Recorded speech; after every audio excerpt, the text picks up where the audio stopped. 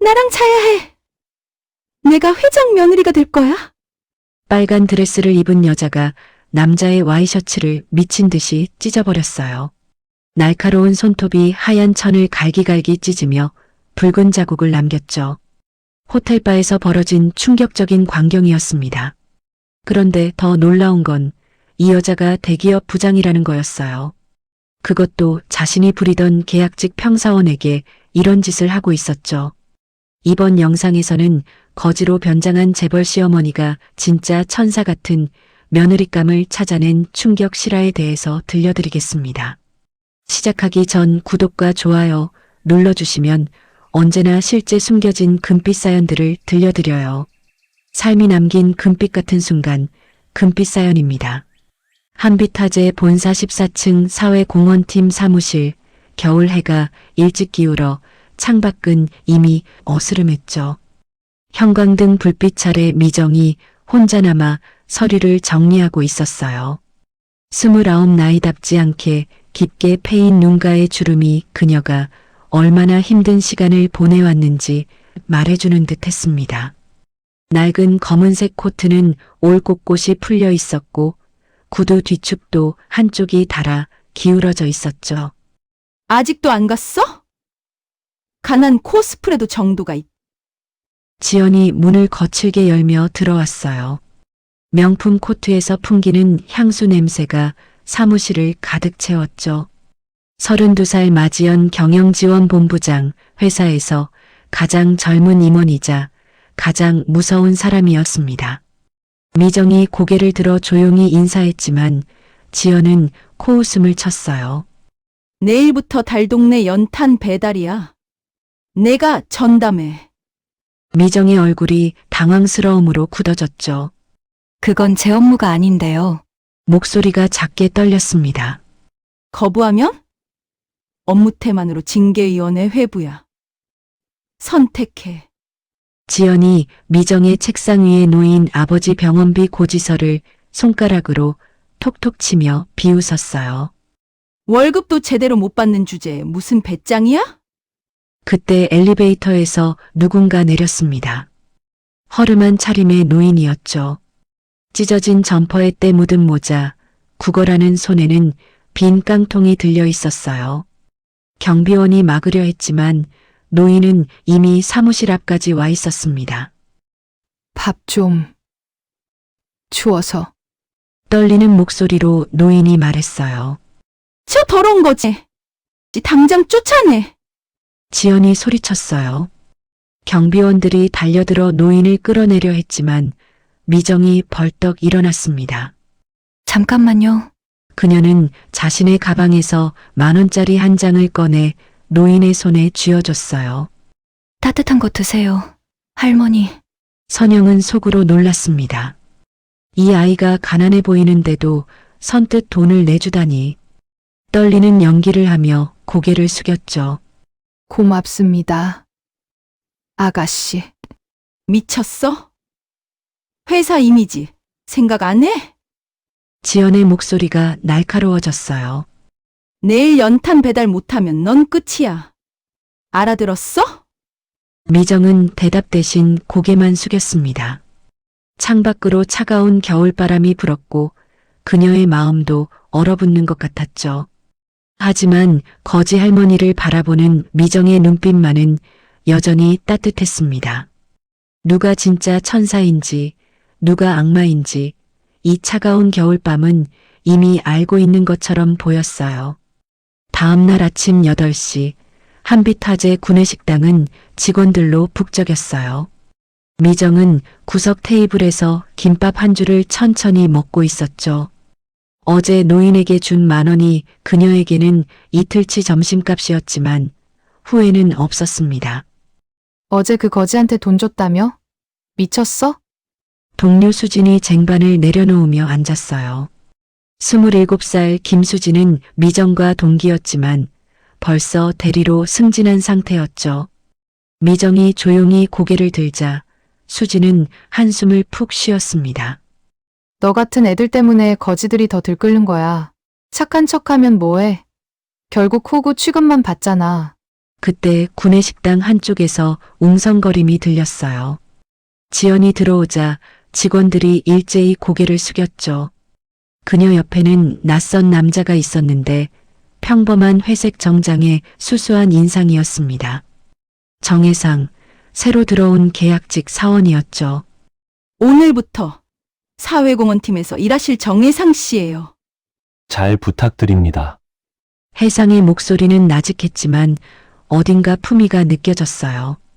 그의 시선이 잠시 미정에게 머물렀지만 미정은 고개를 숙인 채 김밥을 먹고 있었죠. 야, 저 사람 뭐야? 계약직이래. 수진이 속삭였어요. 지연이 또 자기 사람 심으려나 봐. 근데 왜 하필 사회공헌팀에? 바로 그때 구내식당 입구에 어제 그 노인이 나타났습니다. 오선영, 68배 독거노인이었죠. 더 초라한 모습으로 찢어진 비닐봉지를 들고 구걸하는 손짓을 했어요.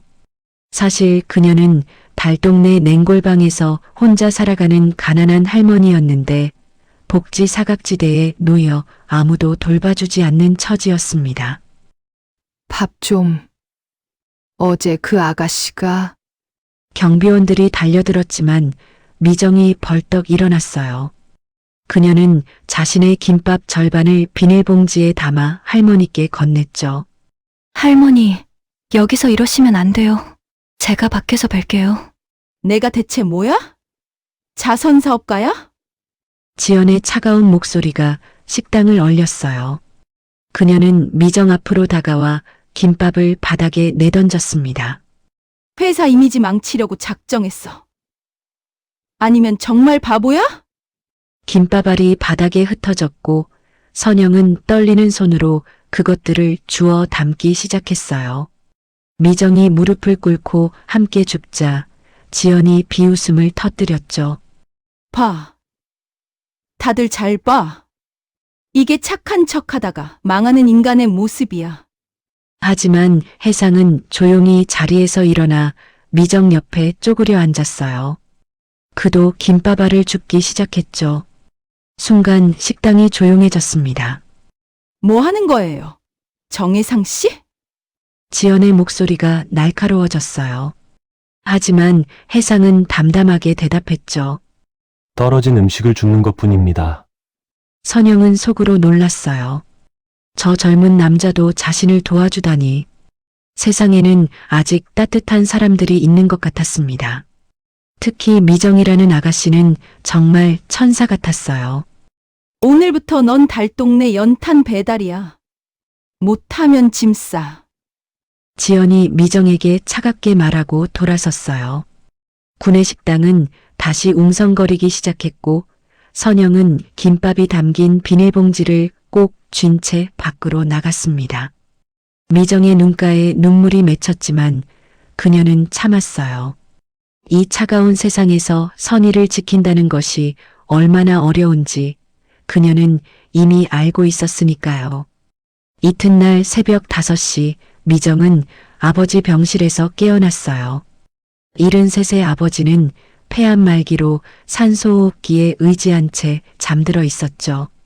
병원비 독촉장이 침대 옆 테이블에 쌓여 있었는데 이미 3개월째 밀린 상태였습니다. 아버지, 오늘도 일 가야 해요. 미정이 아버지의 손을 조심스럽게 쥐었지만 대답은 없었죠. 그녀는 한숨을 삼키며 병실을 나왔고 회사로 향하는 지하철 안에서 통장 잔액을 확인했어요. 5,000원. 월급날까지는 아직 열흘이 남았는데 말이죠. 사회공헌팀 사무실에 도착하니 지연이 책상 위에 서류 뭉치를 내던지고 있었어요. 달동네 독거노인 명단이었죠. 그 중에 빨간 펜으로 동그라미 친 이름이 있었는데 바로 오선영이었습니다. 이 할멈 집 특히 신경 써. 민원 제보가 들어왔거든. 지연의 입꼬리가 비틀어졌어요. 사실 민원 제보는 거짓말이었죠. 지연은 미정을 더 괴롭힐 방법을 찾고 있었고 가장 열악한 환경의 집을 골라 표시한 것뿐이었습니다. 연탄 100장 혼자 날라야 해. 못하면 징계야. 그때 혜상이 사무실로 들어왔어요. 그의 눈빛이 미정의 창백한 얼굴을 스쳤지만 아무 말도 하지 않았죠. 대신 자신의 책상으로 가서 조용히 앉았습니다. 계약직 신분인 그로서는 섣불리 나설 수 없는 상황이었어요. 점심시간 미정은 달동네로 사전답사를 갔습니다. 가파른 언덕길을 한참 올라가니 판잣집들이 다닥다닥 붙어 있었고 그 중에서도 가장 허름한 집 앞에 도착했죠. 문패도 없는 녹슨 철문, 깨진 유리창에 비닐을 덧댄 모습이 너무나 처참했어요. 누구세요? 안에서 떨리는 목소리가 들렸습니다. 선영이었죠. 그녀는 문을 열었는데 악취가 코를 찔렀고 방 안은 쓰레기로 가득했습니다. 달동네에서 오래 살아온 독거노인답게 생활고에 시달린 흔적이 역력했죠. 실제로 그녀는 이곳에서 아무런 도움 없이 홀로 살아가고 있었습니다. 할머니, 연탄 배달 관련해서 왔어요. 미정이 방 안을 둘러보다가 숨을 멈췄습니다. 냉장고는 텅 비어 있었고 밥그릇에는 곰팡이가 피어 있었죠. 그녀는 주머니를 뒤지기 시작했어요. 아까 확인한 5,000원이 전부였지만 망설임 없이 꺼냈습니다. 할머니, 이거라도. 됐어. 아가씨. 난 거지가 아니야. 선영이 손을 밀어냈지만 눈동자는 흔들렸어요. 이 젊은 아가씨가 자신의 마지막 돈까지 내놓으려 하다니. 정말 착한 아이였죠. 바로 그때 밖에서 지연의 목소리가 들렸습니다. 뭐해? 일도 안 하고 여기서 뭐 하는 거야? 지연이 문을 거칠게 열고 들어왔어요. 그녀는 더러운 방을 둘러보며 코를 막았죠. 역겨워. 이런 곳에 회사 돈 쓰는 게 아까워. 선영이 고개를 숙였고 미정은 할머니 앞을 막아섰어요. 할머니께 그렇게 말씀하시면 안 돼요. 뭐? 내가 감히 나한테 대들어? 지연이 미정의 뺨을 올려쳤습니다. 찰싹 소리가 방 안에 울렸고 미정의 입술이 터져 피가 흘렀죠. 하지만 미정은 물러서지 않았어요. 오히려 선영을 더 감싸 안았습니다. 선영은 마음이 아팠어요. 이 착한 아이가 자신을 위해 맞아주다니. 그것도 처음 만난 가난한 노인을 위해서 말이죠. 세상에 이런 순수한 마음을 가진 젊은이가 아직 있다는 게 놀라웠습니다. 그리고 내일 연탄 배달 현장에서 더 큰 일이 기다리고 있었죠. 그날 밤 10시 달동네는 칠흑 같은 어둠에 잠겨 있었어요. 가로등도 없는 좁은 골목길을 미정이 홀로 올라가고 있었죠. 손에는 낡은 봉투 하나가 들려 있었는데 그 안에는 100만 원이 들어 있었습니다. 아버지 병원비로 마련해둔 마지막 돈이었죠. 미정은 오늘 낮에 본 선영의 텅 빈 냉장고가 계속 머릿속에서 떠나지 않았어요. 곰팡이 핀 밥그릇, 얼어붙은 방바닥, 그리고 굶주림에 떨던 할머니의 손. 그녀는 은행에서 돈을 찾으며 수없이 망설였지만 결국 이곳까지 오고 말았습니다. 선영의 집 앞에 도착한 미정은 숨을 죽였어요. 창문 너머로 보이는 방 안은 깜깜했고 할머니는 이미 잠든 것 같았죠. 미정은 조심스럽게 문고리를 돌렸는데 놀랍게도 문이 열렸습니다. 달동네 노인들은 대부분 문을 잠그지 않고 살았는데 도둑질할 것도 없는 가난한 집이었기 때문이죠. 할머니, 미정이 속삭이듯 불렀지만 대답은 없었죠. 그녀는 발소리를 죽이며 방 안으로 들어갔고 베개 밑에 봉투를 조심스럽게 밀어 넣었습니다. 그런데 바로 그 순간 선영의 눈이 살짝 떠졌어요. 어둠 속에서도 미정의 모습은 선명하게 보였죠. 자신의 전 재산을 남몰래 놓고 가는 그 아이의 뒷모습이 말이에요. 미정이 나가자마자 선영은 봉투를 꺼내 확인했습니다. 100만 원. 손이 떨렸어요. 평생 이렇게 큰 돈을 한 번에 본 적이 없었죠. 눈물이 흘렀습니다. 자신 같은 보잘것없는 노인을 위해 이런 거금을 남기다니.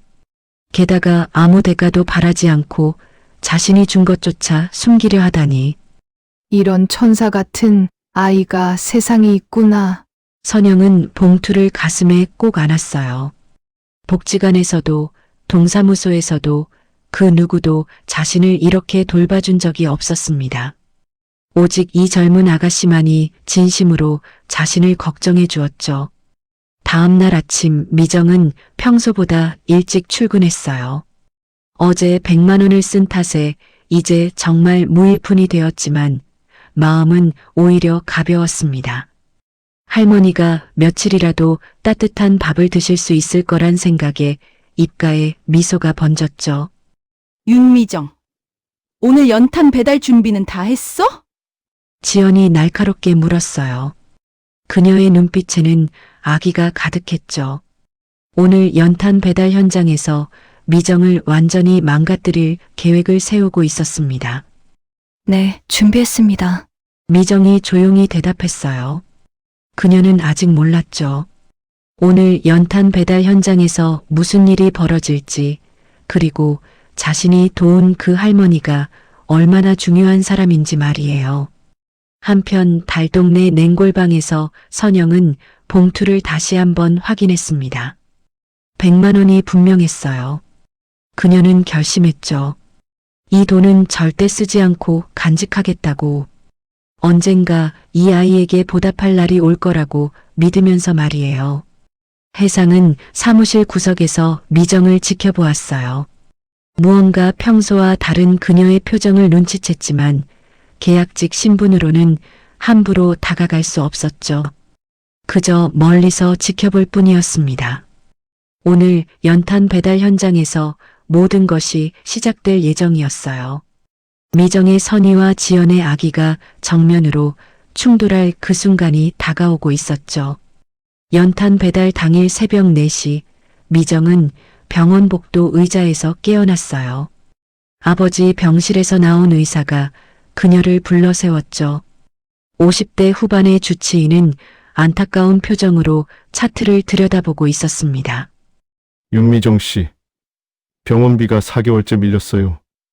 이번 주까지 최소한 100만 원이라도 납부하지 않으면. 의사는 말끝을 흐렸지만 미정은 알고 있었어요. 퇴원 조치를 당할 거라는 것을. 산소호흡기 없이는 하루도 버티기 힘든 아버지가 쫓겨날 거라는 사실을 말이죠. 그녀의 손이 떨리기 시작했습니다. 일주일만 더 기다려주세요. 미정의 목소리가 갈라졌어요. 어젯밤 선영 할머니에게 준 100만 원이 떠올랐죠. 그 돈이면 아버지가 한 달은 더 병원에 있을 수 있었을 텐데. 후회가 밀려왔지만 이미 늦었습니다. 회사로 향하는 지하철 안에서 미정은 텅 빈 지갑을 바라봤어요. 교통카드 잔액도 1,000원뿐이었죠. 점심은커녕 아침도 굶은 상태였지만 배고픔보다 더 고통스러운 건 죄책감이었습니다. 아버지를 버리고 남을 도왔다는 자괴감이 그녀를 짓눌렀어요. 사무실에 도착하니 지연이 책상 위에 무거운 장갑을 던져놓고 있었습니다. 오늘 연탄 200장 나르는 거 알지? 혼자서. 미정이 놀란 눈으로 쳐다보자 지연은 비웃었어요. 왜? 못해? 그럼 오늘로 잘리는 거야. 퇴직금도 없이. 혜상이 자리에서 일어나려 했지만 지연이 날카롭게 쏘아봤죠. 계약직은 가만히 있어. 너도 개입하면 같이 잘려. 미정은 장갑을 집어들었어요. 거친 천에서 연탄 냄새가 났죠. 손은 이미 부르트고 갈라져 있었는데 오늘 일을 끝내면 완전히 망가질 게 분명했습니다. 점심시간도 없이 미정은 달동네로 향했어요. 연탄 창고에서 리어카에 연탄을 싣는데 한 장이 4kg은 되는 것 같았죠. 200장이면 800kg. 그녀의 몸무게 16배였습니다. 첫 번째 집부터 가파른 언덕 꼭대기였어요. 리어카를 끌고 올라가는데 다리가 후들거렸죠. 10장을 나르고 나니 이미 온몸이 연탄가루로 새까맣게 변했습니다. 손바닥에서는 피가 배어나오기 시작했어요. 아가씨, 괜찮아? 누군가 물었습니다. 선영이었어요. 그녀는 연탄 창고 근처에서 미정을 지켜보고 있었던 거였죠. 어제 받은 100만 원 봉투를 가슴에 품은 채 말이에요.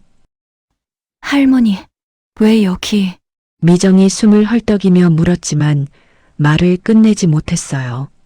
그때 지연이 나타났습니다. 명품 구두를 신은 채 깨끗한 모습으로 말이죠. 뭐야? 또 농땡이 피워? 빨리 나머지도 날라. 지연이 미정의 등을 밀쳤고 그녀는 연탄 더미 위로 쓰러졌어요. 무릎과 팔꿈치에서 피가 났지만 미정은 다시 일어났습니다. 아버지를 위해서라도 이 일자리를 지켜야 했으니까요. 선영은 마음이 아팠어요. 이 아이가 자신에게 준 100만 원이 얼마나 큰 돈인지 이제야 알 것 같았죠. 그런데도 불평 한마디 없이 일하는 모습에 눈물이 났습니다. 할머니, 저 걱정 마세요. 괜찮아요. 미정이 억지로 웃으며 말했지만 그녀의 얼굴은 이미 창백했어요. 오늘 하루가 끝나면 모든 게 무너질지도 모른다는 예감이 들었습니다. 하지만 그녀는 묵묵히 연탄을 날랐죠. 마치 속죄하듯이 말이에요. 오후 2시 달동네 연탄 창고 앞에서 미정은 깊은 숨을 들이마셨어요. 이미 100장을 날랐지만 아직 100장이 더 남아 있었죠. 손바닥은 찢어져 피가 흐르고 있었고 등은 욱신거렸지만 멈출 수 없었습니다. 오늘 이 일을 끝내지 못하면 정말로 모든 게 끝나니까요. 내가 아직도 여기 있네? 느려 터진 거. 지연이 깨끗한 정장 차림으로 나타났어요. 그녀 옆에는 회사 홍보팀 직원들이 카메라를 들고 서 있었죠. 연탄 봉사 현장을 촬영하러 온 거였습니다. 마지연 본부장님이 직접 연탄 봉사를 하시는 모습 좀 찍을게요. 홍보팀 직원이 말하자 지연은 깨끗한 장갑을 끼고 연탄 한 장을 집어들었어요. 카메라 앞에서만 잠깐 포즈를 취한 뒤 바로 미정에게 던져버렸죠. 내가 대신 날라. 난 바쁘거든. 연탄이 미정의 가슴팍에 부딪혔고 검은 가루가 얼굴에 튀었어요. 홍보팀 직원들은 못 본 척 고개를 돌렸고 지연은 비웃으며 자리를 떠났습니다. 바로 그때 선영이 절뚝거리며 다가왔어요. 그녀는 미정의 상처난 손을 보고 자신의 낡은 손수건을 꺼냈죠. 더럽고 구멍 난 천이었지만 그녀가 가진 유일한 깨끗한 물건이었습니다. 아가씨, 이거라도 감아요. 할머니, 괜찮아요. 할머니 것인데. 미정의 눈에 눈물이 고였어요. 가난한 노인이 자신을 걱정해주는 마음이 너무나 따뜻했죠. 선영은 떨리는 손으로 미정의 상처를 감싸주기 시작했습니다. 할머니, 정말 괜찮은데. 가만히 있어요. 이런 고생을 왜 하는지 모르겠지만 아가씨 힘내세요. 선영의 말에 미정은 울음을 터뜨렸어요. 아버지 병원비도 못 내고 직장에서는 괴롭힘만 당하고 아무것도 제대로 되는 게 없는데 이 할머니만이 자신을 알아봐 주는 것 같았습니다. 혜상이 멀리서 그 모습을 지켜보고 있었어요. 그는 주먹을 꽉 쥐었지만 다가갈 수 없었죠. 계약직이라는 신분이 그를 묶고 있었습니다. 하지만 그의 눈빛은 미정을 향한 연민과 분노로 가득했어요. 자, 이제 다시예요. 할 수 있어요. 선영이 미정의 등을 토닥였고 미정은 고개를 끄덕였어요. 그녀는 리어카를 다시 잡았습니다. 남은 100장을 모두 날라야 했죠. 가파른 언덕을 오르내리며 미정은 연탄을 날랐어요. 무릎은 떨리고 숨은 턱까지 차올랐지만 멈추지 않았습니다. 선영은 그런 미정을 따라다니며 물을 떠다주고 넘어질 때마다 일으켜 세웠어요. 할머니도 힘드실 텐데. 난 괜찮아요. 아가씨가 더 걱정이지. 오후 7시가 되어서야 마지막 연탄을 내려놓을 수 있었어요. 미정은 그 자리에 주저앉았고 온몸이 연탄재로 새까맣게 변해 있었죠. 손은 피투성이가 되었고 다리는 더 이상 움직이지 않았습니다. 끝났어요. 드디어. 미정이 힘없이 중얼거렸어요. 그런데 그때 지연이 다시 나타났습니다. 손에는 서류 봉투를 들고 있었죠. 수고했네. 근데 이거 봐. 연탄 수량이 부족하대. 10장이 모자라. 지연이 거짓 서류를 내밀었어요. 사실 미정은 정확히 200장을 날랐지만 지연은 일부러 숫자를 조작한 거였죠. 그럴 리 없어요. 제가 정확히 세면서. 증거 있어. 없으면 닥치고 내일도 와. 안 오면 해고야. 지연이 돌아서며 마지막으로 한마디 더 던졌어요. 참. 오늘 일당은 없어. 실수했으니까. 미정은 무너져 내렸어요. 하지만 선영이 그녀를 꼭 안아주었죠. 가난한 노인의 품이었지만 다음 날 아침 7시 미정은 거의 기어가다시피 회사에 도착했어요. 온몸이 쑤시고 손은 붕대로 감겨 있었지만 출근하지 않을 수 없었죠. 엘리베이터 문이 열리자 혜상이 서 있었습니다. 그의 눈이 미정의 상처를 훑어내렸어요. 윤미, 정씨. 혜상의 목소리가 떨렸지만 미정은 고개를 숙인 채 엘리베이터에 올랐어요. 둘만 있는 공간이 갑자기 숨막히게 느껴졌죠. 혜상은 주머니에서 연고와 새 붕대를 꺼냈습니다. 이거라도 쓰세요. 상처가 심해 보여서. 괜찮아요. 정혜상 씨도 조심하세요. 저랑 가까이 하면 마지연 본부장님이. 미정의 말끝이 흐려졌어요.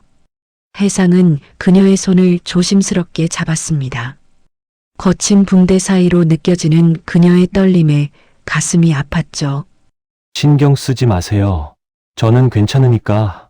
그때 엘리베이터가 멈췄고 지연이 타려다가 두 사람을 보고 멈칫했어요. 혜상이 미정의 손을 잡고 있는 모습에 그녀의 눈빛이 차갑게 변했죠. 뭐야? 계약직끼리 연애하는 거야? 역겨워. 지연이 비웃으며 다른 엘리베이터로 향했고 미정은 황급히 혜상의 손을 뿌리쳤어요. 그녀의 얼굴이 창백해졌습니다. 정말 저랑 거리 두세요. 해고당해요. 미정이 먼저 내렸고 혜상은 그녀의 뒷모습을 안타깝게 바라봤어요. 그는 주먹을 꽉 쥐었죠. 언제까지 이 신분을 숨기고 있어야 하는지, 언제까지 그녀가 고통받는 걸 지켜봐야 하는지 괴로웠습니다. 점심시간 미정은 또다시 달동네로 향했어요. 오늘도 연탄을 날라야 했죠. 그런데 선영의 집 앞에 도착하니 할머니가 문 앞에 쓰러져 있었습니다. 할머니, 할머니. 미정이 달려가 선영을 일으켜 세웠어요. 다행히 의식은 있었지만 며칠째 제대로 못 먹어서 쓰러진 것 같았죠. 미정은 주머니를 뒤졌지만 단 1,000원도 없었습니다. 잠깐만요. 할머니, 제가 뭐라도. 미정이 주변을 둘러보다가 근처 구멍가게로 뛰어갔어요. 주인 아저씨에게 사정을 설명하며 외상으로 빵과 우유를 달라고 애원했죠. 월급 받으면 꼭 갚을게요. 제발요. 가게 주인은 미정의 간절한 눈빛을 보고 마지못해 빵과 우유를 건넸어요. 미정은 다시 달려가 선영에게 먹였습니다. 할머니, 천천히 드세요. 선영은 떨리는 손으로 빵을 받아 먹으며 눈물을 흘렸어요. 이 아이가 자신을 위해 외상까지 하다니 100만 원을 준 것도 모자라서 말이죠. 정말 천사 같은 아이였습니다. 그때 혜상이 나타났어요. 그는 회사를 빠져나와 미정을 찾아온 거였죠. 미정이 선영을 돌보는 모습을 보며 그의 마음은 더욱 깊어졌습니다. 도와드릴게요. 혜상이 선영을 부축했고 함께 방 안으로 들어갔어요. 차가운 방바닥, 텅 빈 냉장고, 그리고 베개 밑에서 살짝 보이는 100만 원 봉투. 선영은 황급히 봉투를 더 깊숙이 밀어 넣었죠. 할머니, 병원 가야 할 것 같은데. 됐어요. 난 괜찮아요. 아가씨나 잘 지내요. 선영이 미정과 혜상을 번갈아 봤어요. 두 젊은이 사이에 흐르는 미묘한 감정을 느낄 수 있었죠. 가난하지만 착한 미정과 그녀를 지켜주려는 혜상. 좋은 짝이 될 것 같았습니다.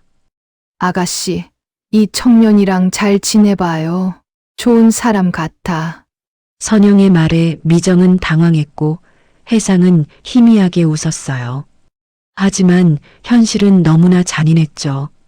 계약직이라는 신분, 지연의 감시, 그리고 끝없는 가난. 모든 것이 그들을 가로막고 있었습니다. 사흘째 연탄 배달 현장, 오후 3시의 달동네는 뜨거운 햇볕에 숨이 막혔어요. 미정은 이미 50장을 날랐지만 아직 150장이 남아 있었죠. 피가 섞인 땀방울이 얼굴을 타고 흘러내렸지만 그녀는 멈출 수 없었습니다. 선영이 자신의 집 문 앞에 앉아 미정을 지켜보고 있었어요. 며칠 전 받은 100만 원은 여전히 베개 밑에 고스란히 있었죠. 그 돈으로 음식을 사 먹을 수도 있었지만 선영은 차마 쓸 수가 없었습니다. 이 아이의 마지막 돈이라는 걸 알았으니까요. 할머니, 들어가 계세요. 더워요. 미정이 헐떡이며 말했지만 선영은 고개를 저었어요. 바로 그때 명품 구두 소리가 골목에 울려 퍼졌습니다. 지연이 나타난 거였죠. 그녀 뒤에는 홍보팀 직원 2명이 카메라를 들고 따라왔어요. 어머, 이게 뭐야? 거지 할멈이랑 놀고 있었어? 지연이 선영을 보며 코를 막았어요. 그녀는 장갑도 끼지 않은 채 연탄 하나를 집어들었습니다. 카메라맨이 촬영을 시작했죠. 마지연 본부장님의 따뜻한 연탄 봉사 현장입니다. 홍보팀 직원이 나레이션을 했지만 지연의 눈빛은 차가웠어요. 그녀는 연탄을 높이 들어 올렸습니다. 이 더러운 거지들. 회사 이미지 망치는 쓰레기들. 순간 지연이 연탄을 힘껏 던졌어요. 검은 덩어리가 선영을 향해 날아갔습니다. 미정은 본능적으로 몸을 날렸어요. 할머니 앞을 가로막으며 등으로 연탄을 받았죠. 퍽! 둔탁한 소리와 함께 미정이 앞으로 쓰러졌어요. 갈비뼈에서 뚝 하는 소리가 났고 입에서 피가 흘러나왔습니다. 하지만 지연은 멈추지 않았어요. 아직도 안 끝났네? 더 맞아야 정신 차려? 두 번째 연탄이 날아왔고 또다시 미정의 등에 맞았어요. 세 번째, 네 번째. 미정은 선영을 꼭 안은 채 계속 맞았습니다. 연탄 가루가 피와 섞여 얼굴을 덮었지만 그녀는 할머니를 놓지 않았어요. 할머니, 괜찮으세요? 미정이 피를 토하며 물었어요. 선영은 미정을 안고 울부짖었죠. 이 아이가 자신을 위해 이렇게까지 하다니 정말 미칠 것 같았습니다. 아가씨, 왜 이래? 나 같은 거지를 왜? 선영의 절규가 골목에 울려 퍼졌어요. 동네 사람들이 하나둘 모여들기 시작했고 누군가 휴대폰을 꺼내 촬영을 시작했죠. 저거 너무한 거 아니야? 회사에서 왜 저러는 거야? 웅성거림이 커지자 지연이 당황했어요. 홍보팀도 카메라를 내렸죠. 하지만 지연은 오히려 큰 소리를 쳤습니다. 뭘 봐. 회사 직원이 업무 태만으로 징계받는 거야. 미정이 간신히 일어났어요. 온몸이 부서질 것처럼 아팠지만 그녀는 선영을 부축했습니다. 피가 섞인 눈물이 뺨을 타고 흘렀지만 미정은 웃으려 애썼어요. 할머니, 제가 보내드릴게요. 일어나세요. 비틀거리며 걷는 미정의 뒷모습을 보며 동네 사람들은 혀를 찼어요. 그중 한 명이 영상을 찍고 있었는데 그것이 나중에 중요한 증거가 될 줄은 아무도 몰랐죠. 해상은 회사에서 이 소식을 듣고 주먹을 불끈 쥐었어요. 당장이라도 달려가고 싶었지만 계약직이라는 신분이 그를 묶고 있었습니다. 언제까지 이렇게 숨어 있어야 하는지, 언제까지 미정이 고통받는 걸 지켜봐야 하는지 괴로워했어요. 한편 선영은 집에 돌아와 베개 밑에 100만 원 봉투를 꺼내 들었습니다. 이 돈의 무게가 이제야 제대로 느껴졌어요. 자신을 위해 온몸으로 연탄을 막아준 그 아이, 정말 천사가 분명했습니다. 언젠가 반드시 이 은혜를 갚으리라 다짐했죠. 연탄 사건 다음 날 오전 10시, 한빛화재 인사팀 회의실은 긴장감으로 가득했어요. 미정은 갈비뼈에 붕대를 감은 채 의자에 앉아 있었죠. 맞은편에는 지연이 서류 뭉치를 들고 득의양양한 표정으로 서 있었습니다. 윤미정 씨, 회사 복지 기금 횡령 혐의로 고발당했어요. 인사팀장의 차가운 목소리가 방 안에 울렸어요. 미정의 얼굴이 하얗게 질렸죠. 전혀 예상하지 못한 일이었습니다. 그럴 리 없어요. 제가 왜 회사 돈을... 증거가 있어. 봐봐. 내 이름으로 된 출금 내역이야. 지연이 조작된 서류를 테이블에 내던졌어요. 미정의 도장이 찍힌 가짜 영수증들이었죠. 지연은 며칠 전부터 이 서류들을 만들어 놓고 있었던 겁니다. 연탄 배달 예산 중 300만 원이 사라졌어. 내가 가져간 거지? 지연의 목소리에는 독이 가득했어요. 사실 그 돈은 지연이 빼돌린 것이었지만 모든 죄를 미정에게 뒤집어 씌울 작정이었죠. 아니에요. 전 그런 적 없어요. 미정이 울부짖었지만 소용없었어요. 인사팀장은 이미 지연 편이었고 서류상으로는 미정이 범인처럼 보였으니까요. 그때 문이 열리고 해상이 들어왔습니다. 그의 눈빛이 날카로워졌어요. 잠깐만요. 이건 너무 일방적입니다. 윤미정 씨는 그럴 사람이 아니에요. 계약직 주제에 무슨 참견이야? 나가.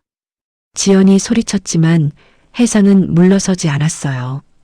그는 미정을 바라봤죠. 부어오른 그녀의 얼굴, 갈비뼈 부상으로 숨쉬기도 힘들어하는 모습이 너무나 안타까웠습니다. 경찰에 신고할 거야. 횡령은 중죄거든. 지연이 휴대폰을 꺼냈어요.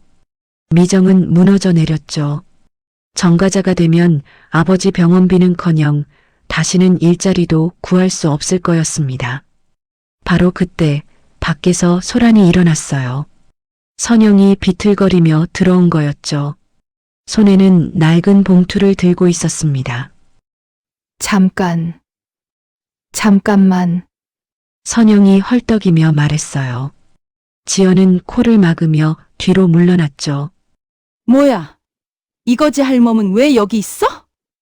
경비 불러. 이 아가씨는 죄가 없어요. 이 돈 보세요. 선영이 100만 원 봉투를 꺼내 보였어요. 모두가 놀란 표정으로 쳐다봤죠.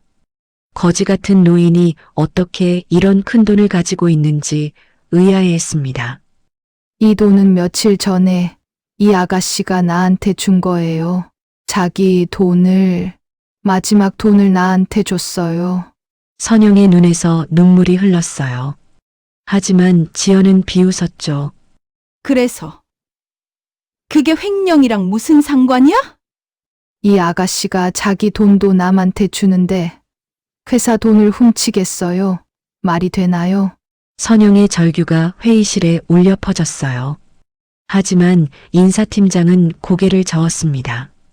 감정적인 호소는 증거가 아닙니다. 일단 경찰 조사를 받으셔야겠네요. 미정은 고개를 떨구었어요. 이미 모든 게 끝난 것 같았죠.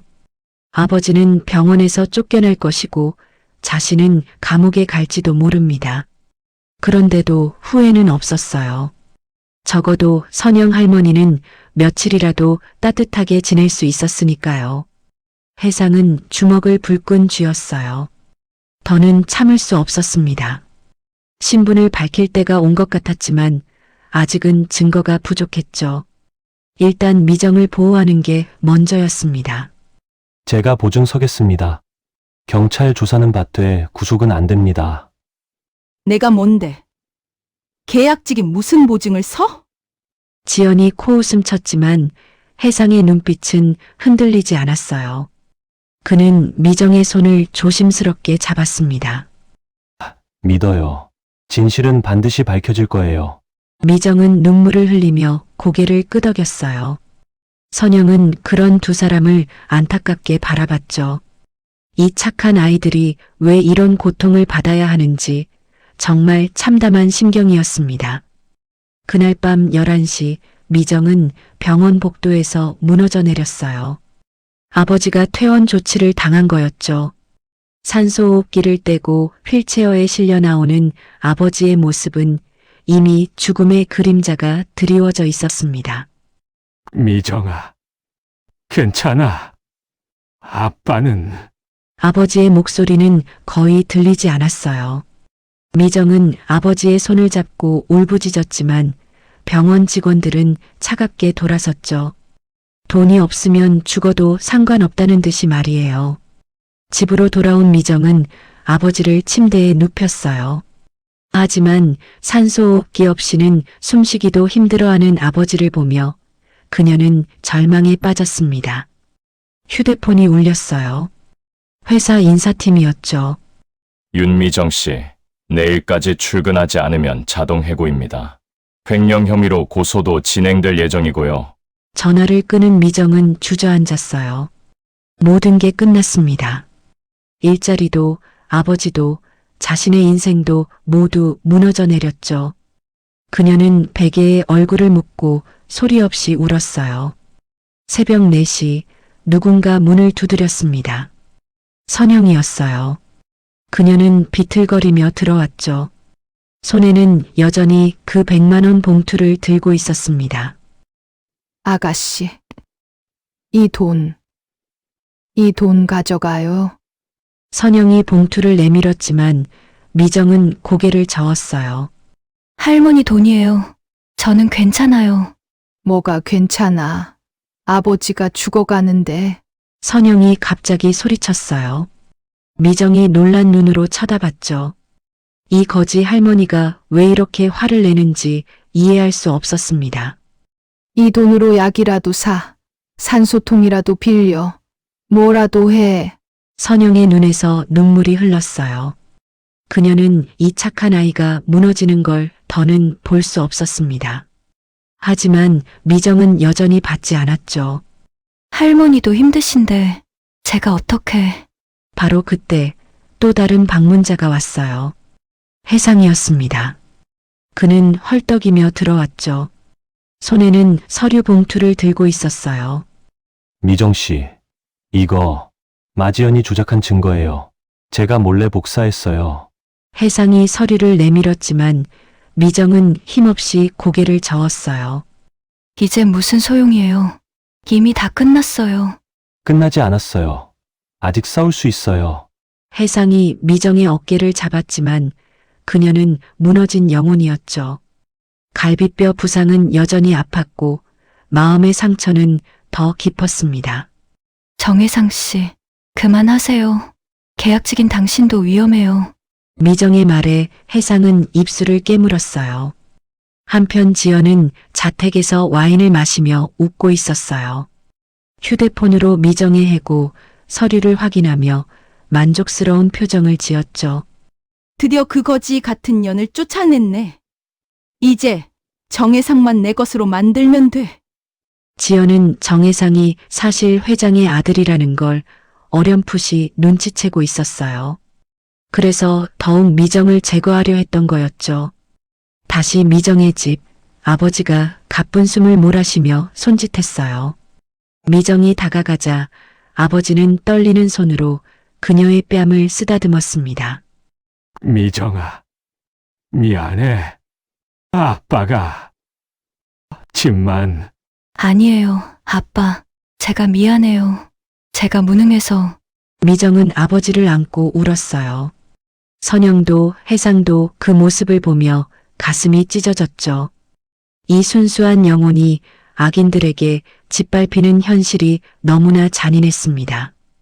다음날 새벽 3시, 미정은 아버지 옆에서 뜬 눈으로 밤을 새고 있었어요. 아버지의 숨소리가 점점 약해지고 있었죠. 깔에 끓는 소리만이 방 안을 채웠고 미정은 아버지의 차가운 손을 꼭 잡고 있었습니다. 아빠, 제발 조금만 더. 미정의 간절한 속삭임에도 아버지는 대답이 없었어요. 그녀는 자신의 무력함에 절망했죠. 돈이 없어서, 능력이 없어서 아무것도 할 수 없는 자신이 너무나 미웠습니다. 휴대폰이 울렸어요. 새벽에 누가 전화를 하나 싶어 받았더니 지연이었죠. 잠 못 자고 있겠지? 기분 어때? 거지가 된 기분? 지연의 조롱하는 목소리가 귀를 찔렀어요. 미정은 아무 말도 하지 못했죠. 아, 참고로 정혜상 씨는 이제 내 거야. 넌 그 사람 근처에도 오지 마. 전화가 끊기고 미정은 휴대폰을 바닥에 떨어뜨렸어요. 모든 게 무너진 지금 해상마저 빼앗긴다는 생각에 가슴이 찢어졌습니다. 하지만 그녀는 이미 포기한 상태였죠. 싸울 힘도 의지도 남아있지 않았으니까요. 창밖에서 발소리가 들렸어요. 선영이 비틀거리며 집 앞에 서 있었죠. 그녀는 문을 두드리지 않고 그냥 밖에 앉아 있었습니다. 마치 미정을 지켜주는 수호천사처럼 말이에요. 선영은 품속에서 낡은 수첩을 꺼냈어요. 거기에는 미정이 자신을 도왔던 모든 순간들이 적혀 있었죠. 연탄을 대신 맞아준 날, 100만 원을 몰래 놓고 간 날, 빵을 사다 준 날. 하나하나 떨리는 손으로 적어놓은 기록들이었습니다. 이 아이는 정말 천사야. 진짜 천사. 선영이 혼잣말을 하며 눈물을 흘렸어요. 그녀는 뭔가 결심한 듯 일어났지만 다시 주저앉았죠. 아침 7시 혜상이 미정의 집을 찾았어요. 그의 손에는 약봉지가 들려 있었죠. 미정 씨, 이거라도. 정혜상 씨, 왜 이러세요? 전 이제 아무것도 아닌 사람이에요. 미정의 목소리는 죽은 사람처럼 공허했어요. 혜상은 가슴이 아팠죠. 포기하지 마세요. 아직 끝나지 않았어요. 끝났어요. 전 이미 죽은 거나 마찬가지예요. 미정이 고개를 돌렸어요. 혜상을 보는 것조차 힘들었죠. 자신 때문에 그까지 위험해질 수 있다는 진실이 너무 가슴이 아파왔어요.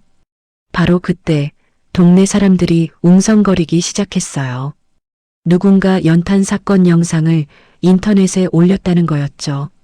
지연이 미정과 선영에게 연탄을 던지는 장면이 담긴 영상이었습니다. 이거 너무한 거 아니야? 회사에서 직원을 이렇게 대해도 되는 거야? 하지만 미정은 관심이 없었어요. 이미 해고당했고 고소당했고 모든 걸 잃었는데 영상이 무슨 소용이겠어요. 그녀는 다시 아버지 곁으로 돌아갔죠. 지연은 회사에서 여유롭게 커피를 마시고 있었어요. 영상 따위는 신경도 쓰지 않았죠.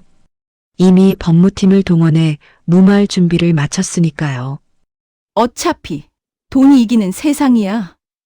그거지 같은 것들이 뭘 할 수 있겠어? 지연이 비웃으며 창밖을 바라봤어요. 그녀의 승리는 확실해 보였습니다. 그날 오후 2시 미정은 창밖을 멍하니 바라보고 있었어요. 아버지의 숨소리가 약해진 것 같아 가슴이 조여왔죠. 해고 통지서가 테이블 위에 놓여 있었는데 그 종이 한 장이 천근처럼 무거웠습니다. 시골로, 아버지랑 시골로 내려가야 하나. 미정이 떨리는 손으로 얼굴을 감쌌어요. 고향에 빈집이 하나 있었죠. 허름하지만 적어도 월세 걱정은 없을 거였습니다. 하지만 아버지 치료는 어떻게 하나, 약은 또 어떻게 구하나. 눈물이 볼을 타고 흘렀어요. 문득 누군가 문을 두드렸습니다. 아래층 아주머니였어요. 손에는 김이 모락모락 나는 뚝배기를 들고 있었죠. 미정아, 미역국 끓였는데. 네 아버지 드시게 해. 아주머니의 따뜻한 눈빛에 미정의 눈물이 또 쏟아졌어요. 아주머니, 정말 감사해요. 미정이 뚝배기를 받으며 고개를 숙였어요. 아주머니가 미정의 어깨를 토닥이고 갔습니다. 그 손길이 너무나 따뜻해서 미정은 한참을 문 앞에 서서 울었죠. 혜상이 찾아왔어요. 초라한 계약직의 모습이었지만 그의 눈빛에는 진심이 담겨 있었습니다. 미정 씨, 괜찮아요? 혜상의 걱정 어린 목소리에 미정은 고개를 들었어요. 그를 보자 가슴이 아팠습니다. 사랑하는 마음이 있었지만 그것보다 더 큰 건 미안함이었죠. 정혜상 씨, 미정이 눈물을 닦으며 말했어요. 제 걱정은 하지 마세요. 정혜상 씨까지 힘들어질까봐. 그게 더 무서워요. 혜상이 미정의 손을 잡으려 했지만 미정은 한 걸음 물러났어요. 그를 보호하고 싶었습니다. 자신 때문에 그가 회사에서 찍힐까봐, 마지연에게 미움받을까봐 두려웠어요. 저도 계약직이잖아요. 제 일은 제가 알아서 할게요. 미정 씨는 혜상의 말에 미정은 작게 웃었어요. 눈에는 눈물이 가득했지만 입가에는 미소가 번졌죠. 알아요. 정혜상 씨가 절 걱정해주는 거. 정말 고마워요. 그때 통장 할아버지가 연탄을 들고 왔어요. 뒤따라 이웃들이 하나둘 모여들었죠. 누군가는 쌀을, 누군가는 반찬을 조금씩 들고 왔습니다. 미정아, 힘내. 우리가 있잖아. 통장 할아버지의 말에 미정은 깊이 고개를 숙였어요. 정말 감사합니다. 이 은혜 잊지 않을게요. 미정은 미역국을 들고 방으로 들어갔어요. 아버지가 힘겹게 눈을 떴죠. 미정아, 무슨 냄새가? 아빠, 미역국이에요. 아주머니가 끓여주셨어요. 미정이 아버지를 부축해 일으켰어요. 떨리는 손으로 숟가락을 들어 아버지 입에 대어줬죠. 아버지가 한 모금 삼키자 눈에서 눈물이 흘렀습니다. 따뜻하다. 정말 따뜻해. 아버지의 말에 미정도 울었어요. 그리고 자신도 한 숟가락 떠먹었죠. 뜨거운 국물이 목을 타고 내려가며 차가웠던 마음을 녹였습니다. 선영이 멀리서 지켜보고 있었어요. 거지 할머니 모습으로 구석에 서 있었죠. 미정이 이웃의 정을 받아들이는 모습, 혜상을 걱정하는 모습을 보며 그녀는 확신했습니다. 이 아이야말로 진짜라고. 조금만 더 기다려요. 선영이 속으로 중얼거렸어요. 그녀의 품에는 여전히 100만 원 봉투가 있었죠. 미정은 아버지와 미역국을 나눠 먹으며 생각했어요. 비록 모든 게 무너진 것 같지만 아직 포기할 순 없다고. 이렇게 따뜻한 사람들이 있는데, 이렇게 자신을 걱정해주는 혜상이 있는데. 아빠, 우리 조금만 더 버텨봐요. 미정이 아버지의 손을 꼭 잡으며 말했어요. 아버지가 희미하게 웃으며 고개를 끄덕였죠. 창밖으로 겨울 해가 기울고 있었어요. 춥고 어두운 시간이 다가오고 있었지만 미정의 마음속에는 작은 불씨가 다시 살아나고 있었습니다. 이웃들의 정과 혜상의 진심 그리고 아버지와 함께하는 이 순간이 그녀에게 힘을 주었어요. 그날 오전 10시 한빛화재 내부가 술렁이기 시작했어요. 누군가 익명으로 제보한 서류들이 이사회에 전달된 거였죠. 지연의 비리를 암시하는 내용들이었는데 아직 확실한 증거는 아니었습니다. 하지만 조사가 시작되기엔 충분했어요. 지연은 초조해졌죠. 그녀는 급하게 미정에게 문자를 보냈습니다. 카페에서 만나요. 화해하고 싶어요. 미정은 문자를 보고 망설였어요. 왜 갑자기 화해를 하자는 걸까? 의심스러웠지만 혹시나 하는 마음에 나가기로 했죠. 집을 나서는 길에 동네 강아지 바둑이가 꼬리를 흔들며 다가왔어요. 바둑아, 오늘은 못 놀아줘. 미안. 미정이 강아지 머리를 쓰다듬고 지나갔어요. 골목 모퉁이에서는 길고양이들이 기다리고 있었죠. 미정은 가방에서 동원 참치캔을 꺼내 뚜껑을 따고 준비해온 반찬 용기에 밥 한 덩이와 함께 담아 고양이들 앞에 놓아줬습니다. 그녀의 일상적인 모습이었어요. 카페에 도착하니 지연이 창가 자리에 앉아 있었어요. 테이블 위에 휴대폰을 올려놓은 채로 말이죠. 녹음 버튼이 켜져 있는 걸 미정은 놓치지 않았습니다. 앉아요. 커피 시켰어요. 지연의 목소리는 달콤했지만 눈빛은 차가웠어요. 미정은 조용히 앉았죠. 미정 씨, 우리 오해가 있었던 것 같아요. 그 연탄 사건 말이에요. 지연이 유도신문을 시작했어요.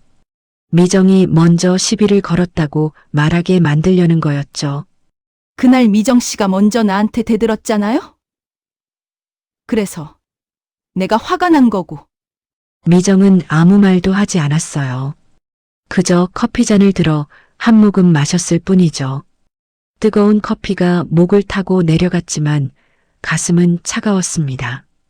대답 좀 해요. 미정 씨가 먼저 잘못했다고 인정하면 내가 회사에 다시 복직시켜줄 수도 있어요. 지연이 다그쳤지만 미정은 여전히 침묵했어요. 그녀의 눈에서 눈물이 흘러내리기 시작했죠. 억울함과 분노, 그리고 슬픔이 뒤섞인 눈물이었습니다. 왜 울어요? 내가 잘못했다는 거예요. 지연이 신경질적으로 물었어요. 녹음기에 미정의 자백을 담으려 했지만 돌아오는 건 침묵과 눈물뿐이었죠. 한편 회사에서는 혜상이 조용히 움직이고 있었어요. 그는 계약직 신분이었지만 누군가의 지시를 받는 듯 체계적으로 증거를 모으고 있었죠. 이사회 멤버들에게 자료를 전달하고 조사를 요청했습니다. 이 자료들을 보시면 진실을 아실 수 있을 겁니다. 혜상의 목소리는 차분했지만 단호했어요. 이사들이 서류를 검토하기 시작했고 표정이 점점 굳어갔죠. 다시 카페, 미정은 일어섰어요. 안녕히 계세요. 짧은 인사만 남기고 돌아서는 미정을 지연이 붙잡았어요. 야! 너 지금 무시하는 거야? 내가 누군지 알고? 알아요. 그래서 더 슬퍼요. 미정의 목소리가 떨렸어요. 그녀는 지연의 손을 뿌리치고 카페를 나왔죠. 거리에는 비가 내리기 시작했어요. 미정은 우산도 없이 빗속을 걸었습니다. 차가운 빗물이 얼굴을 타고 흘렀지만 눈물인지 빗물인지 구분할 수 없었어요. 집으로 돌아오는 길, 선영이 처마 밑에서 비를 피하고 있었어요. 여전히 거지 할머니의 모습이었죠. 떨고 있는 그녀를 보자 미정의 가슴이 미어졌습니다. 빗물이 얼굴을 타고 흘렀지만 미정은 멈춰섰어요. 주머니를 뒤적이는 손이 떨렸죠. 지갑을 열자 구겨진 5,000원짜리 한 장이 보였습니다. 내일 아버지 진통제를 사야 하는 돈, 그녀가 가진 전부였어요. 하지만 미정은 그 5,000원을 꺼냈습니다. 빗속에서 펴지지 않는 구겨진 지폐를 두 손으로 곧게 펴며 눈물이 쏟아졌어요. 가진 것이 이것뿐인데도 할머니의 떨리는 어깨를 보니 줄 수밖에 없었죠. 할머니, 이거 가지세요. 미정이 두 손으로 공손히 돈을 내밀었어요. 빗물과 눈물이 뒤섞여 그녀의 얼굴을 적셨지만 그 눈빛만은 맑게 빛났습니다. 따뜻한 국밥이라도 꼭 드세요. 이 비에 감기 걸리시면 안 돼요. 목소리가 떨렸지만 미정은 할머니의 차가운 손을 잡고 5,000원을 꼭 쥐어줬어요. 그 순간 빗속에서도 미정의 마음에서 나오는 온기가 두 사람을 감쌌죠. 아가씨, 이건 안 돼. 내가 더 필요한 돈일 텐데. 선영의 눈에도 눈물이 고였어요. 하지만 미정은 웃으며 고개를 저었죠. 전 괜찮아요. 할머니가 따뜻하게 드시는 게 제게는 더 중요해요. 미정이 돌아서는 순간 빗줄기가 더 거세졌어요. 흠뻑 젖은 그녀의 뒷모습은 초라했지만 그 영혼은 그 어느 때보다 빛나고 있었습니다. 주머니는 텅 비었지만 마음은 따뜻함으로 가득 찼죠. 빗속을 걸으며 미정은 울고 있었지만 그 눈물은 슬픔이 아니라 사랑이었어요. 선영은 떨리는 손으로 5,000원을 바라봤습니다. 이 작고 연약한 아이가 자신의 마지막까지 내어준 거였죠. 이런 아이가, 이런 천사 같은 아이가 어떻게 해? 선영도 빗물인지 눈물인지 모를 무언가를 흘렸어요. 조금만 더 기다려요. 회사에서는 폭풍이 몰아치고 있었어요.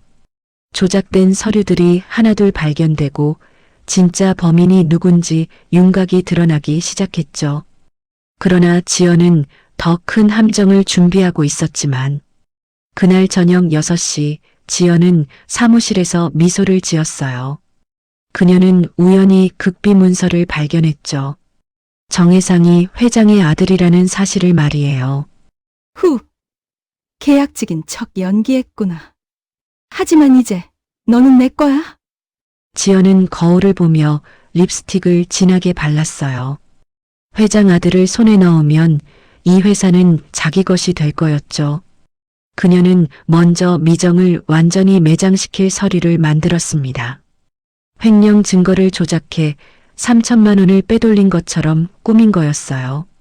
한편 미정의 집에는 지옥이 펼쳐졌어요. 병원에서 연락이 왔는데 아버지가 응급실에 실려갔다는 거였죠. 당장 수술비 1,000만 원이 필요했지만 그녀에겐 단 한 푼도 없었습니다. 아빠 죽지 마. 제발. 미정이 병원 복도에서 무릎 꿇고 울었어요. 그때 지연에게서 문자가 왔죠. 내일 아침 내 횡령건으로 경찰 부를 거야. 감옥에서 썩을 준비나 해. 미정은 절망에 빠졌어요. 아버지는 죽어가고 자신은 감옥에 갈 처지가 된 거였죠. 밤 9시 지연은 혜상에게 전화했어요. 도련님. 아니 혜상씨. 제가 다 알아요. 회장님 아드님이시죠? 혜상이 놀라 침묵하자 지연이 교활하게 웃었어요. 비밀 지켜드릴게요. 대신 저녁이나 같이 해요. 중요한 제안이 있어요. 혜상은 망설였지만 지연이 무슨 짓을 할지 확인해야 했어요. 약속 장소인 호텔 바로 갔죠. 지연은 빨간 드레스를 입고 나타났어요. 가슴이 깊게 파인 옷이었죠. 그녀는 혜상 옆에 바짝 붙어 앉았습니다. 도련님, 우리 결혼해요. 회장님도 원하실 거예요. 저같이 능력 있는 며느리를요. 지연이 와인을 따르며 혜상의 허벅지를 쓸었어요. 손톱이 그의 바지를 긁었죠. 오늘 밤 2층 스위트룸 잡아놨어요. 우리 뜨거운 밤을? 미쳤어요? 손 치워요. 혜상이 벌떡 일어서자 지연이 그의 팔을 움켜잡았어요. 어딜 가? 나랑 자야 해. 내가 회장 며느리가 될 거야. 지연이 미친 듯이 혜상의 와이셔츠를 잡아당겼어요. 혜상이 몸을 빼려 하자 그녀의 날카로운 손톱이 셔츠를 갈기갈기 찢었습니다. 으아, 나, 이 미친년아. 찢어진 셔츠 사이로 혜상의 맨살이 드러났어요.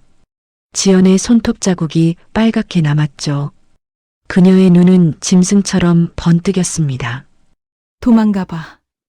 내일 윤미정이랑 내 엄마도 끝장낼 거야. 다 죽여버릴 거야. 혜상은 공포에 질려 도망쳤어요. 찢어진 셔츠를 부여잡고 주차장까지 미친 듯이 뛰었죠. 뒤에서 지연의 광기 어린 웃음소리가 들렸습니다. 다 내 거야. 회사도. 너도? 다 내 거야. 차에 올라탄 혜상은 떨리는 손으로 어머니에게 전화했어요. 어머니, 마지연이. 정체를 알았어요. 그리고 미쳤어요. 진짜 악마예요. 선영의 목소리가 차갑게 울렸죠. 내일 모든 걸 끝내자. 준비는 다 됐다. 그 시각 미정은 아버지의 차가운 손을 잡고 있었어요. 의사가 와서 최후 통첩을 했죠. 오늘 밤이 고비입니다. 수술 못하면 미정은 눈물도 말랐어요. 내일이면 자신은 감옥에 가고 아버지는 세상을 떠날 거였죠. 모든 게 끝이었습니다. 지연은 사무실에서 마지막 조작을 하고 있었어요. 미정의 사진을 범죄자처럼 만들고 온갖 거짓 증거를 만들었죠. 그녀의 입가에는 악마 같은 미소가 번졌습니다. 다음 날 아침 7시 한빛화재 대회의실에 이 사진이 모두 모였어요. 지연은 득의양양한 표정으로 서류 뭉치를 들고 들어왔죠. 미정을 범죄자로 몰아갈 조작된 증거들이었습니다. 윤미정이 3천만 원을 횡령한 증거입니다. 당장 경찰에. 그때 회의실 문이 열렸어요. 정장을 입은 혜상이 들어왔고 그 뒤로 우아한 드레스를 입은 선영이 따라왔죠. 지연의 얼굴이 일그러졌습니다. 도련님, 어제 그러고선 어떻게? 이제 진실을 밝힐 때입니다. 혜상이 단호하게 말하며 앞으로 나섰어요. 그리고 자신의 신분증을 꺼내 보였죠. 저는 한빛화재 회장의 아들 정혜상입니다. 그리고 이분은 제 어머니 오선영 여사입니다. 회의실이 술렁거렸어요. 이사들이 놀란 표정으로 일어섰죠. 지연은 다리가 풀려 의자에 주저앉았습니다. 그동안 3개월간 계약직으로 위장 근무하며 회사 내부를 조사했습니다. 그 결과 혜상이 진짜 증거들을 테이블에 올려놓았어요. 지연이 횡령한 5천만 원의 증거, 미정을 모함한 조작 문서들, 그리고 어젯밤 녹음된 협박 내용까지 모두 있었죠. 마지연 부장, 당신이야말로 진짜 범죄자입니다. 선영이 앞으로 나섰어요. 그녀의 손에는 구겨진 5천 원 지폐가 들려 있었죠. 전거지로 변장해 직원들의 진짜 마음을 확인했어요.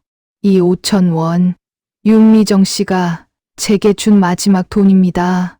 아버지 약값인 줄 알면서도 비에 젖은 거지 노인에게 준 거였죠. 선영의 눈에 눈물이 맺혔어요. 그녀는 떨리는 목소리로 계속했습니다. 반면 마지연, 당신은 100만 원을 보고도 욕심만 부렸어요. 어젯밤엔 내 아들을 유혹하고 협박까지 했죠. 그때 미정이 회의실로 들어왔어요. 경찰 2명과 함께였죠. 하지만 수갑을 찬 건 미정이 아니었습니다. 마지연 씨, 횡령과 문서 위조 혐의로 체포합니다. 경찰이 지연에게 수갑을 채웠어요. 지연이 발악하며 소리쳤죠. 이건 함정이야. 다 짜고 친 거라고. 하지만 증거는 명백했어요. 지연이 끌려가는 걸 보며 이사들이 미정에게 고개를 숙였습니다. 윤미정 씨, 정말 죄송합니다. 우리가 잘못 판단했어요. 혜상이 미정의 손을 잡았어요. 따뜻한 온기가 전해졌죠. 미정 씨, 이제 진실이 밝혀졌어요. 당신이야말로 진짜 천사입니다. 선영이 미정을 꼭 안았어요. 우리가 찾던 사람이 바로 당신이에요. 가난하고 힘든 상황에서도 남을 돕는 마음, 그게 진짜 천사죠. 미정의 눈에서 눈물이 쏟아졌어요. 억울함과 고통이 한순간에 씻겨 내려가는 기분이었죠. 그리고 한 가지 더 있어요. 혜상이 봉투를 건넸어요.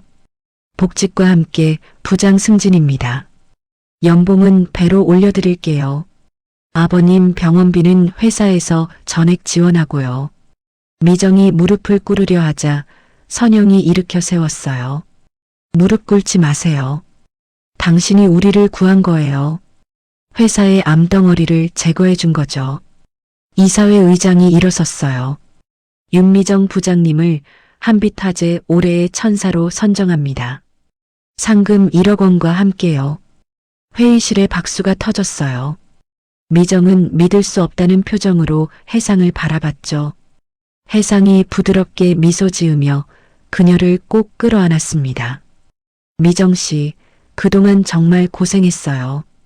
이제 행복한 일만 있을 거예요. 미정이 혜상의 품에서 흐느꼈어요. 기쁨의 눈물이 멈추지 않았죠.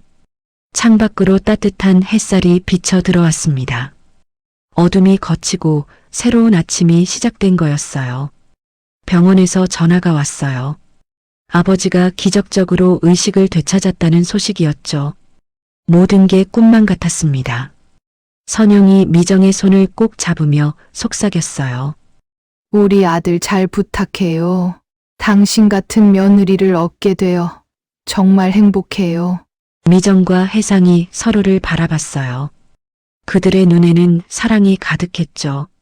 진짜 천사를 찾는 여정은 끝났지만 내가 그날 움켜쥐고 울먹였던 5,000원은 돈이 아니라 한 인간이 나에게 건넨 마지막 희망이었습니다.